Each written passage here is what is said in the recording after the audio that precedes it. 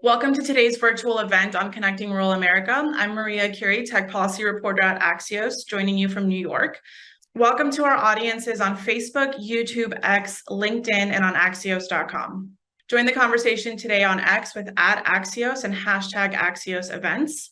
During today's event, I'll be joined by my colleague Ashley Gold, and we'll explore the policies and innovations working to close the digital divide in the U.S. Our first guest today is Kansas Senator Roger Marshall. Maria, it's great to be with you. Look forward to a rousing conversation here. So in addition to being a senator, you're a physician. You practiced medicine for more than 25 years, so you're very familiar with the healthcare system. Can you explain why the internet is important for healthcare and what we've learned, especially during the pandemic, about people's reliance on telehealth in rural communities? Wow, Maria. Well, even going back before the pandemic, we were sending x-rays from Kansas to Australia for radiologists to read in the middle of the night. We don't have a radiologist in every small town, so we were using different night services for MRIs, CAT scans, that type of thing. But now most of our rural emergency rooms are equipped where they're set up technology-wise with a ER specialty hospital somewhere that specializes in emergency rooms. So whether we're treating a person with a stroke, a heart attack, or maybe it's trauma or sepsis, it's great for these small town hospital ERs to connect with some other center of excellence and help coach us through that. And we've seen dramatic improvement in our success rate treating people with those similar types of problems. So those are just but a few examples of why we need high-speed internet in rural America. And you've introduced the bipartisan Reconnecting Rural America Act. Could you walk us through what this legislation would do specifically and what are its prospects in the House?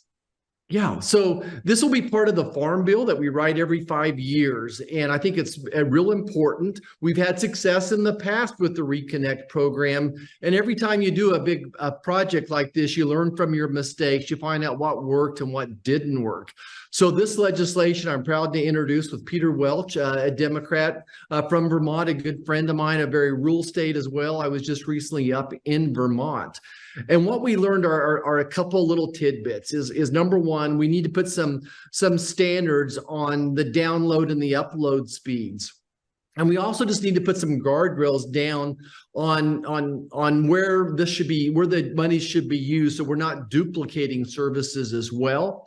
And one other simple thing we learn is that sometimes we have companies from out of town, out of state come in and they do cheap work, just to be putting it bluntly. So we're trying to prioritize companies that do this, that have a long-term commitment to our local states. We think that those are the ones who will do the quality job and give us exactly what we need. So funding again to help connect rural America with the rest of the country and the world for that matter. And what's the state of play there with that bill and the Farm Bill more broadly, especially in the House? Yeah, well, I can't really tell you what's going on the House side, but I can tell you what's happening in the Senate. And I think it's probably the same thing in both sides, is it's very expensive. About 80% of a farm bill is for food nutrition programs. The cost of groceries has went up. We have more people than ever that are receiving food stamps. So that's really accelerated the financial side of that. It's went from like $60 billion a year to $180 billion a year since we wrote the last farm bill. So finding the money is always the challenges. There's so many opportunities, so many things we need to do in a farm bill, but the farmers only benefit from about 5% of a farm bill. And this Reconnect would be a very small portion of it. I'm afraid we're at a little bit of a stalemate up here as we go through all the different budget crises. This country is actually spending almost $900 billion this year in interest alone. So that just has an impact on everything from giving troops raises to helping finance a farm bill. And is there appetite right now to funnel more money into internet connection? We just had the BEAD program, which is $42.5 billion. What's your sense, given the infrastructure law that just passed? Well, again, I think everyone would love to do it, but at the end of the day, this $33 trillion of national debt is coming home to roost. Last year alone, the federal government spent $7 trillion, but we only took in $5 trillion. So that deficit just seems to be growing and growing every year. So that's the challenge. It's the big picture. Yes, everyone would love to do this, but finding the money. Where can we trim some waste and some fat to do a program like this? But I think it's important we talk about why why this is so important, if you don't mind. Let's talk about why this is important. Americans pay a fraction of what other developed nations pay for groceries. So a country in Europe might be spending 50 to 100% more for the groceries than people in the United States do. And that's because agriculture is becoming so technologically advanced. It's because we have better seeds and better pesticides and better fertilizers, better combines and better tractors. But now precision agriculture is just taking us like a storm in a good way. So we're able to grow more with less. If I could talk about a wheat field in Kansas that maybe is a mile by a mile long, as you can imagine, one part of the field might use more fertilizer, more water, more seeds than another part of the field. So we need just to be able to download volumes, bookloads of information, of technology for that farmer to go in there and precisely put the right amount of fertilizer with the right amount of water, with the right amount of pesticide. So this is vitally important for us to grow more with less, to keep grocery costs down for folks, but also to decrease the environmental impact. I'm so proud of what we're doing from the conservation side in agriculture. So these are all opportunities that stronger internet connection would be able to enable with precision agriculture. Yeah, exactly. So if you could imagine a farmer is out in the field, he has to come back to his house and download literally just volumes and volumes of information. And if he's going to spend, a half a day there waiting for this all to download, it's hard to get anything done. It decreases our efficiency.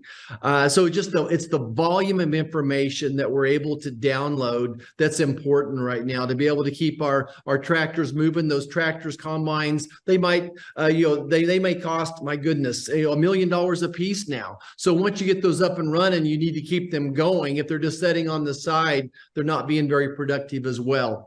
And again, I just can't share how important this is to the environment. We're using a fraction of the fertilizers that we used to use and using them in the right location. It's part of that, what we call precision agriculture.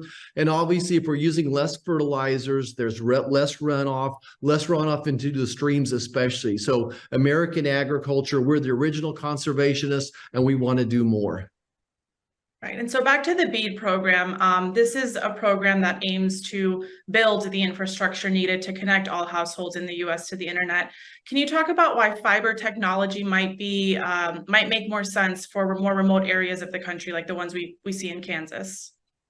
Well, Maria, this is where I may need your help with this technology part of it. But as I understand, I just think of the speed that we can download the information is so much better than if it's coming through a satellite connection. So it's literally the difference between able to download a quantity of information.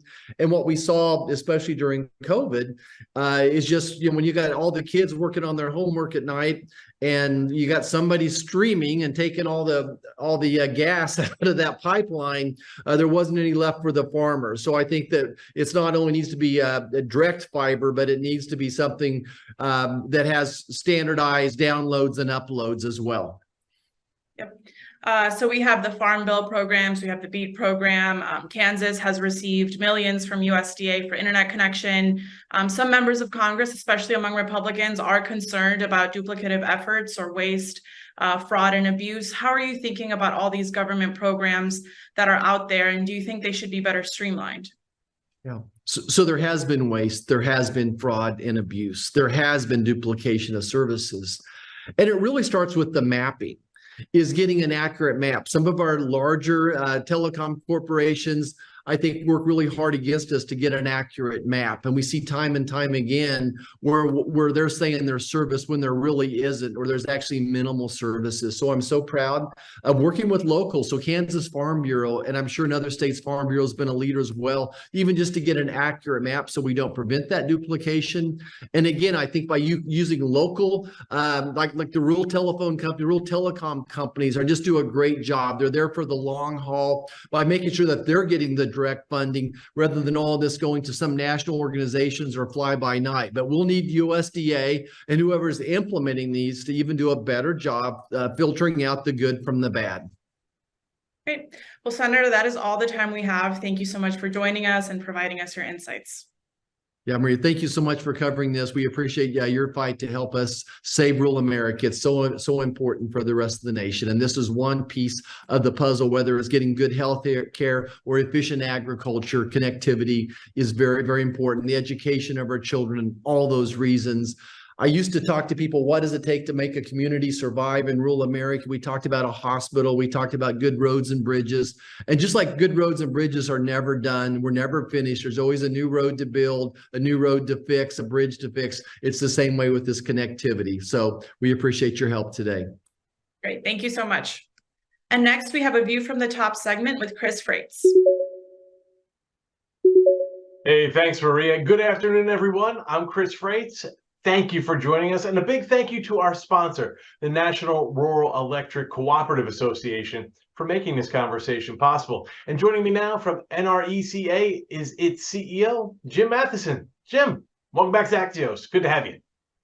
Thanks, Chris. It's good to be here, and I really appreciate the opportunity to talk about rural broadband. Yeah, and I'm really fascinated by this conversation because broadband and electricity are different, but your members getting in there on broadband, and I wonder, how are you addressing this rural digital divide, and how are co-ops thinking about broadband? You know, it's interesting. In the 1930s, when no one would bring electricity to rural America, people formed their own cooperatives and did it on their own. Here we are again. It's kind of back to the future. Electric cooperatives, over 200, are already providing broadband services to their consumers. We got another 150 or so that are looking at it right now. And with a lot of these new federal funding programs, it's an exciting time for them. It really comes down to the idea of the electric cooperatives that we are owned by the members we serve. Those members have asked for broadband service. No one else is offering it in those areas. And so the electric cooperative is the one that stepped up and said, okay, we're going to take care of this need. And it's a really exciting time for them because this is what you need in life. You need broadband. It's an essential service, and we know that. And so we're thrilled that the federal government in the policy world has recognized that you need some additional money to subsidize this, because these are these sparsely populated areas, very difficult to serve. This is a really important time in terms of making progress on closing that digital divide, and I think electric cooperatives are leading the charge. Yeah, and you mentioned getting a little federal help here. That's to the tune of $42 billion in federal funding. I'm wondering, what will that mean for co-ops, and what other federal programs out there are going to be key to connecting these rural communities? Well, this $42 billion is a new program. It's called the BEAD program, and it means a lot because, as I said, it's difficult to make the economics pencil out when you're in these sparsely populated areas. The neat thing about the BEAD program is, you know, when a federal program is a one-size-fits-all, it's hard to accommodate all the different circumstances around the country. And every rural area is different and has its own challenges. Some are really rugged terrain in terms of putting in the infrastructure. And so the BEAD program distributes the money to each state. And the states, therefore, are the ones who are making decisions about how the money is going to be spent in each state. And that accommodates that different set of circumstances that's all over the country for electric cooperatives. So we're really excited about that. But as you mentioned, there are other federal programs that also promote rural broadband. The Department of Agriculture is the Reconnect program. Electric cooperatives have a long-standing relationship with the Department of Agriculture. They know rural America well. The Reconnect program has been very helpful in terms of closing the digital divide. The Treasury Department has its Capital Projects program. The Federal Communications Commission has its RDOF program. And some people may say, wait a minute, that's too many different entities trying to promote broadband. And the benefit of having different entities looking at is this is hard to do.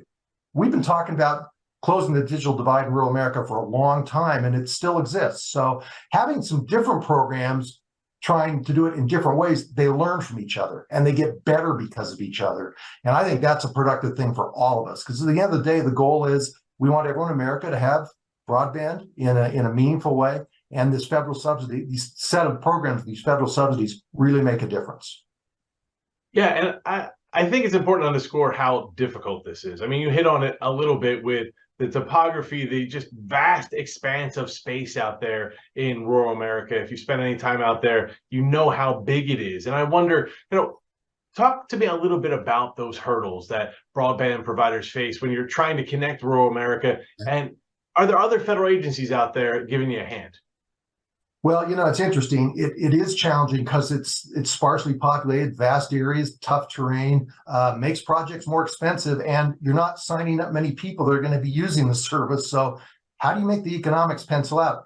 And one danger of that is, well, let's maybe make a lesser investment. Let's use lesser technology. Let's not provide the best type of broadband to folks because that'll be, quote, good enough for rural.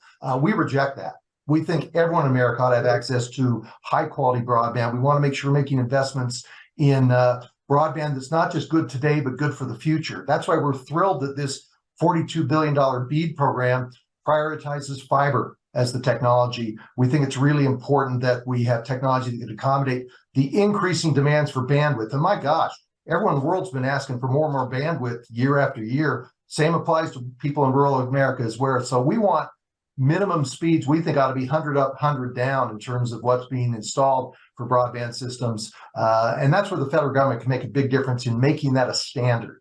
The other thing I want to talk about, because you asked what other federal agencies or what other federal assistance is out there, there's a program called the Affordable Connectivity Program, which makes sure people can afford the broadband once it's put in place. And that's an important program. Affordability matters. Rural electric cooperatives serve 92% of all the persistent poverty counties in America. So affordability means a lot to us. And Congress has to keep funding that program. That's subject to the annual appropriations process in Congress. But we think that's a key factor in terms of really closing the digital divide. You got to build the broadband infrastructure, but it's got to be affordable enough that people can use it. Yeah, affordable and speed, right? I think you make a great point with not putting something in the ground that's going to be obsolete as soon as you turn it on. And, you shouldn't create any kind of second class or second tier broadband in America. People in rural America need fast broadband just like people in the cities do. I mean, it's how business gets done now. And I wonder, when you're talking to policymakers, you're talking to regulators, you're talking to your former colleagues in Congress, what do you tell them that they can do to finally, once and for all, we've been talking about this for a long time, Jim, but how can we finally get rural America connected and close that digital divide? Well, they made the first step is they made a significant commitment in federal funding to help build this out. They've designed this program for affordability that I mentioned, but they've got to keep funding it. Congress needs to set the standard for minimum speeds, though. We keep it keeps advancing over the years, and the federal standards are not up to that 100 yet. And we think that Congress can play a key role in establishing that higher speed, which ensures that quality. Affordability, quality of speed, Congress can help make that a policy, and they should always be top of mind. They should also know there are folks out there who know how to make this happen, because electric cooperatives have that can-do attitude, and they know rural America. They know how to make it work in those hard-to-serve areas. They've got an important partner to make this happen, and that's why this is a really exciting time for rural America. It's been a long time coming, but hopefully we can make a real progress to close that digital divide. We're on the way. We have to leave it there. Jim Matheson is the CEO of the National Rural Electric Cooperative Association. Jim, it's always a pleasure to talk with you. Thanks for joining Axios. Okay, thanks, Chris. And now over to Ashley Gold. Thanks, Chris. Our final guest today is Minnesota Senator Tina Smith, joining us from Washington, D.C. Senator, thank you so much for being with us today. Let's talk about the 2023 Farm Bill and the broadband connectivity aspects that are included in it. What do you think people should know?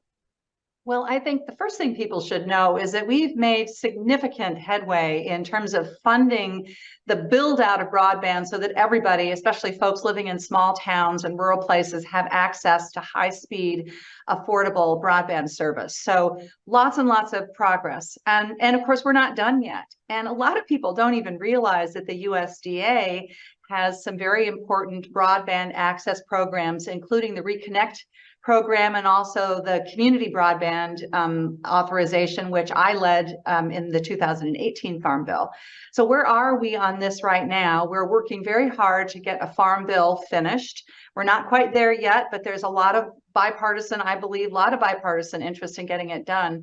The Reconnect broadband program is actually not part of the Farm Bill, but we are all paying close attention to it. And I'm really dedicated to making sure that those Reconnect dollars are going to projects in rural communities that have speeds that are sufficient for people to really do the uploading and downloading they need. There's no reason that somebody living in a rural community should have less high quality broadband than somebody living in the big city or the suburbs.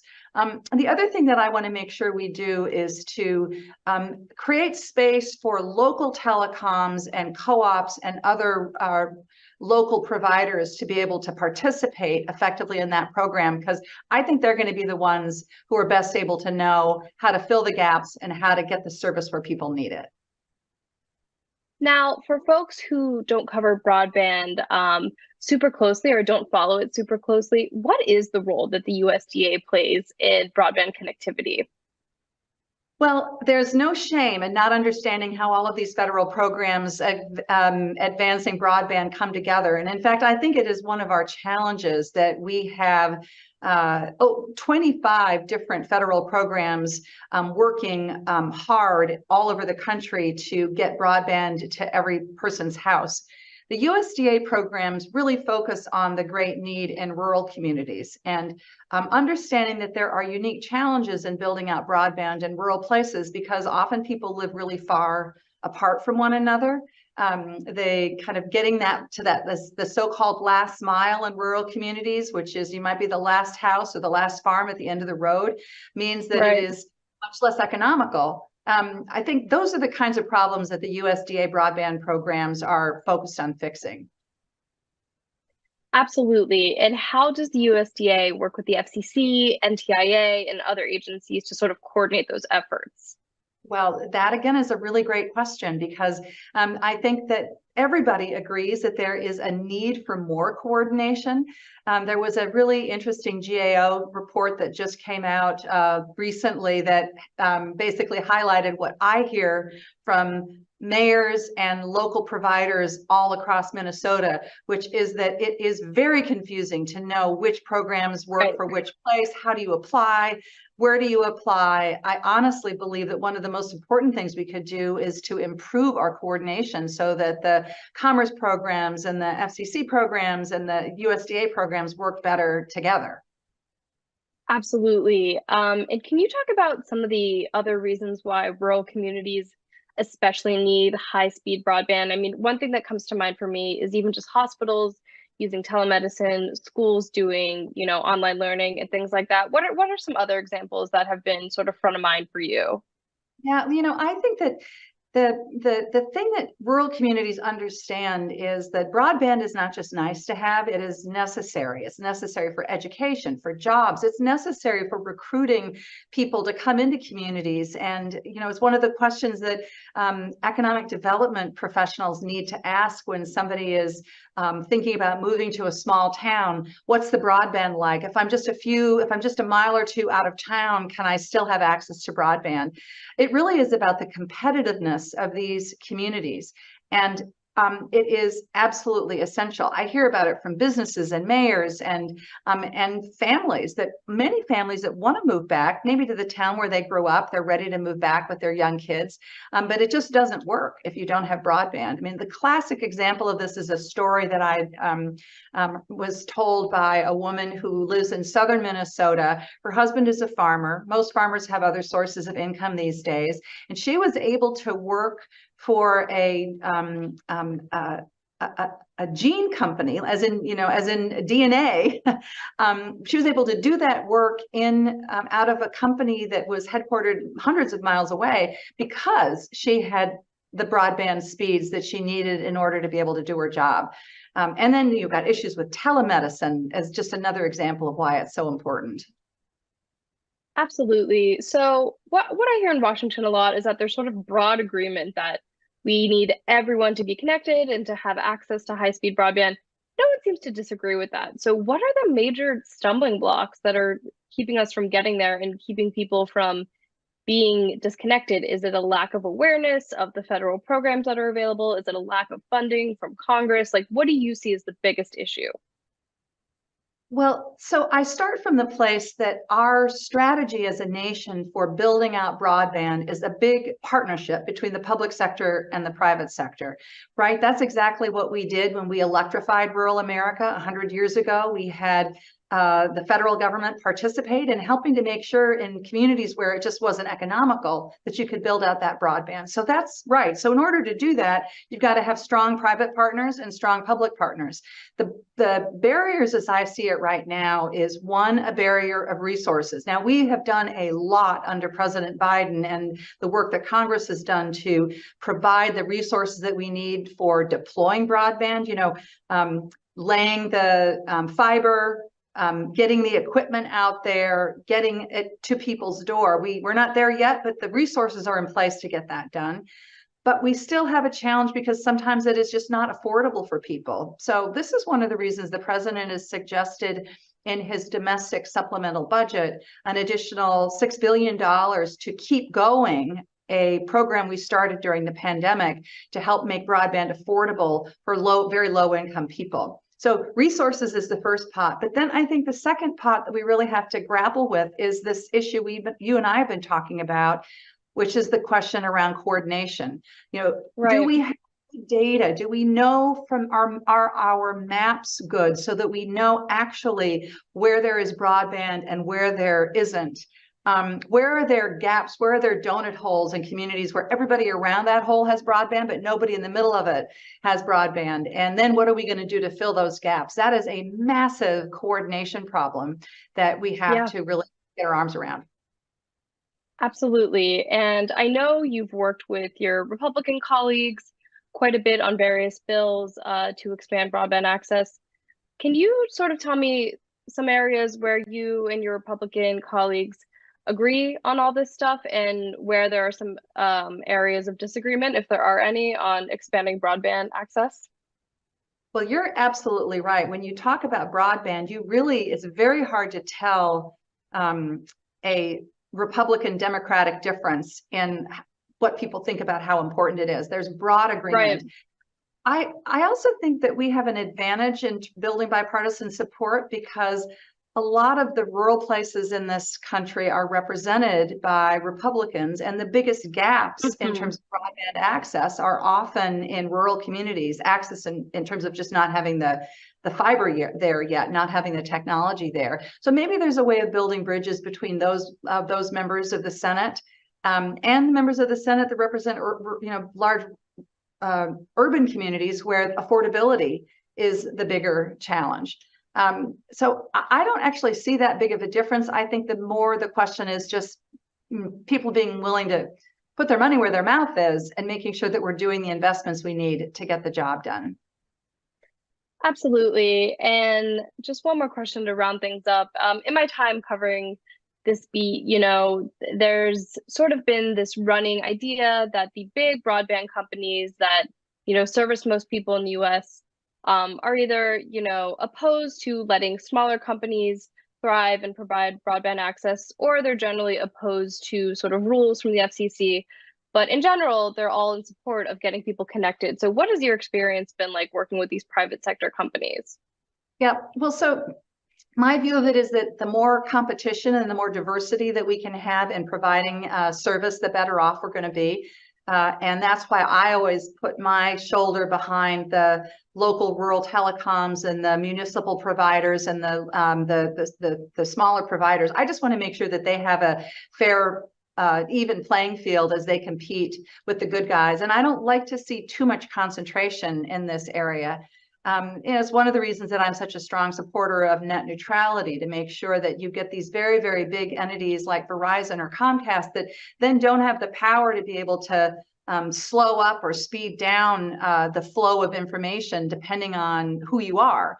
But I would also say that in my home state of Minnesota, I see some of the big providers doing really good work on affordability. And so I don't see this as a good guys, bad guys fight at all. I see it as much more just our need to make sure that there's a good diversity of large, medium, and small providers that are able to meet the needs of local communities. And my heart believes that that local rural telecom that's a co-op is going to have a very good handle on what its members need. And I want to make sure that they've got a space to meet that need. Absolutely. Thank you so much, Senator. With that, we're out of time, but we'll talk more soon. Great, thank you. Thank you all for joining this afternoon for another Axios event that has made everyone smarter, faster. For more coverage on bridging the digital divide, or to subscribe to our Axios Pro Tech Policy newsletter, please visit axios.com/pro. Thank you all for joining, and we'll see you on axios.com.